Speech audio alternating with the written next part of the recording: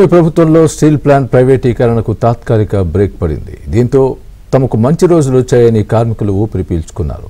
తమ ఉద్యోగాలకు ఢోకా లేదని సంతోషపడ్డారు. కానీ తాత్కాలిక చైర్మన్ నిర్ణయాలతో పరిస్థితి మళ్లీ మొదటికొచ్చింది. ఇంతకీ చైర్మన్ తీసుకుంటున్న నిర్ణయాలేంటి? కార్మికులు ఎందుకు ఆందోళన వ్యక్తం చేస్తున్నారు?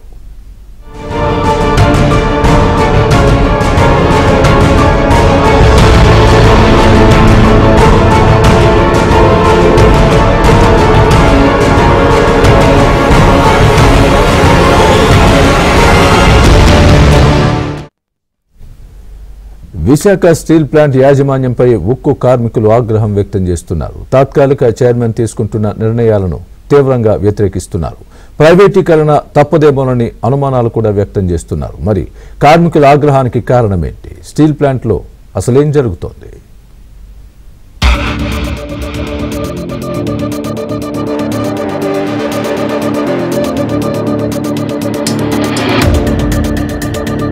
జగన్ హయాంలో విశాఖ ఉక్కు కర్మాగారం ప్రైవేటీకరణకు శ్రీకారం జరిగింది. దీనిని వ్యతిరేకిస్తూ కార్మికులు కదం తొక్కారు. ఎన్నో ఉద్యమాలు, నిరసన కార్యక్రమాలు నిర్వహించారు. అయినా ఆనాటి జగన్ సర్కార్ ప్లాంట్ పరిరక్షణ కోసం ఎటువంటి చర్యలు చేపట్టలేదు. తూతు మంత్రంగా ప్లాంట్ ప్రైవేటీకరణను వ్యతిరేకిస్తూ మాయమాటలతో కాళ్లం వెళ్లదీసింది. చిత్తశుద్ధితో ప్రయత్నించిన దాఖలాలు లేవు. పైసా ప్యాకేజీ తెచ్చింది లేదు. అయితే కూటమి ప్రభుత్వం వచ్చాక ప్లాంట్ పరిరక్షణ కోసం ప్రత్యేక ఆర్థిక ప్యాకేజీ వచ్చింది. దీంతో స్టీల్ ప్లాంట్కు పునర్వైభవం వస్తుందని కార్మికులు భావించారు. కానీ పరిశ్రమ యాజమాన్యం చేపడుతున్న చర్యల వలన ప్లాంట్ ప్రైవేటీకరణ తప్పదేమో అని కార్మికులు అనుమానాలు వ్యక్తం చేస్తున్నారు.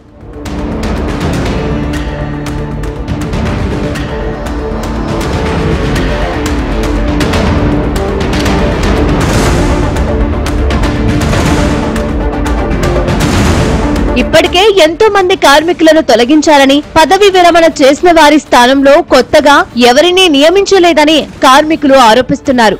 అంతేకాదు కొంతమందికి వీఆర్ఎస్ ఇచ్చి ఇంటికి పంపిస్తున్నారు. దీంతో ఎంతో మంది కార్మికులు రోడ్డున పడ్డారు.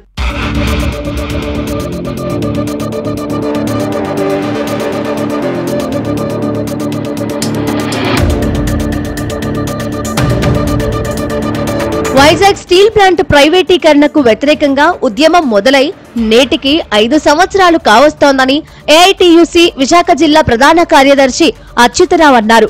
ఈ 5 ఏళ్ల కాలంలో అనేక పరిణామాలు చోటు చేసుకున్నాయని చెప్పారు. ప్లాంట్ పరిరక్షణ కోసం కూటమి ప్రభుత్వం ఆర్థిక ప్యాకేజీ రావడాన్ని స్వాగతిస్తున్నామన్న అచ్యుతరావు ఈ సహాయం అంతా ప్లాంట్ అప్పులు, పాత బకాయిలు తీర్చడానికే సరిపోయిందని వాపోయారు. 2015 నుంచి కూడా కార్మికులకు వేజ్ రివిజన్ జరగలేదని ఆవేదన వ్యక్తం చేశారు. జీతాలు సక్రమంగా చెల్లించకపోయినప్పటికీ కార్మిక వర్గం కష్టపడి పనిచేస్తోందని అన్నారు. నేటికి స్టీల్ ప్లాంట్ ఉద్యమం స్టార్ట్ అయ్యి 5 సంవత్సరాలు పూర్తిగా వస్తుంది. ఈ 5 సంవత్సరాల్లో చాలా పరిణామాలు జరిగినప్పటికీ ఒక పక్క ప్రభుత్వం, కేంద్ర ప్రభుత్వం, రాష్ట్ర ప్రభుత్వం ప్రైవేటీకరణ జరగదు, మేము 11,500 కోట్ల రూపాయల ఆర్థిక సహాయం చేశామని చెప్తున్నారు. దాన్ని స్వాగతిస్తాం. ఆర్థిక సహాయం అంతా కూడా అప్పులు తీర్చడానికే, పాత బకాయిలు తీర్చడానికే సరిపోయింది.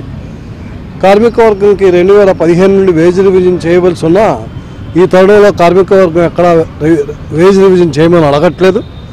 జీతాలు కూడా సక్రమంగా చెల్లించకపోయినప్పటికీ కార్మిక వర్గం శ్రమించి కష్టపడి పనిచేస్తుంది. కాకపోతే దురదృష్టం ఏంటంటే చైర్మన్, శాశ్వతమైన చైర్మన్ లేరు. ఇప్పుడున్నటువంటి చైర్మన్ తాత్కాలిక చైర్మన్.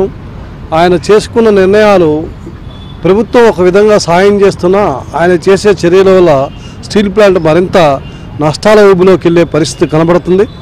స్టీల్ ప్లాంట్ ప్రధాన డిమాండ్ అంటే ఐరన్ ఓర్ కావాలి.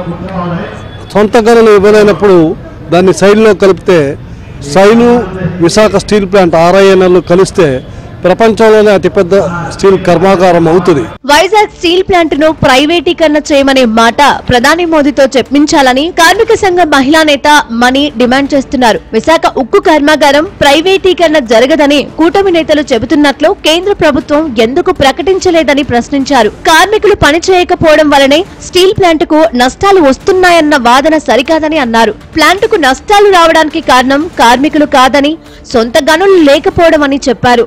సొంత గనులు లేకపోవడం వలన ముడి సరుకు కొనుగోలు కోసం వైజాగ్ ప్లాంట్ భారీగా ఖర్చు చేయాల్సి వస్తోందని ఆవేదన వ్యక్తం చేశారు.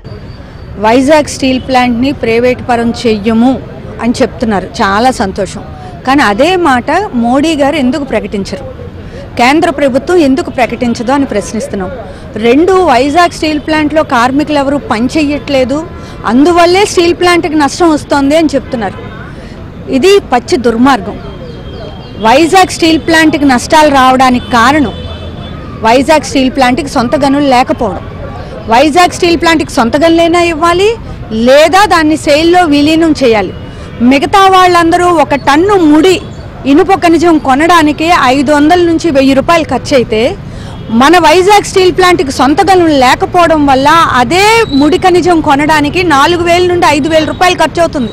1 టన్ను దగ్గరే 4000 రూపాయలు తేడా వస్తే ఇంకా వైజాగ్ స్టీల్ ప్లాంట్కి లాభాలు ఎలా వస్తాయి? అయినా వైజాగ్ స్టీల్ ప్లాంట్ చాలా సందర్భాల్లో లాభాలు తెచ్చి చూపించింది. అదే వైజాగ్ స్టీల్ ప్లాంట్కి సొంత గనులు కానీ ఇచ్చినట్లయితే వైజాగ్ స్టీల్ ప్లాంట్ని ఆపే శక్తి ఎవరికీ లేదు. ఏది ఏమైనా విశాఖ ఉక్కు కర్మాగారాన్ని పరిరక్షిస్తామని, ప్రైవేటీకరణ జరగనివ్వమని కూటమి నేతలు పదే పదే చెబుతున్నారు. ఎన్నికల ముందు ఇచ్చిన హామీని నిలబెట్టుకుని తమ హయాంలో తీసుకొచ్చిన ఆర్థిక ప్యాకేజీని సక్రమంగా వినియోగించి కార్మికుల ప్రయోజనాలను కాపాడాలని ఉక్కు కార్మికులు ప్రభుత్వాన్ని కోరుతున్నారు. ప్లాంటుకు సొంత గనులు కేటాయించడం లేదా శైలిలో విలీనం చేయడమే ఈ సమస్యకు శాశ్వత పరిష్కారం అవుతుందని కార్మిక సంఘాలు చెబుతున్నాయి.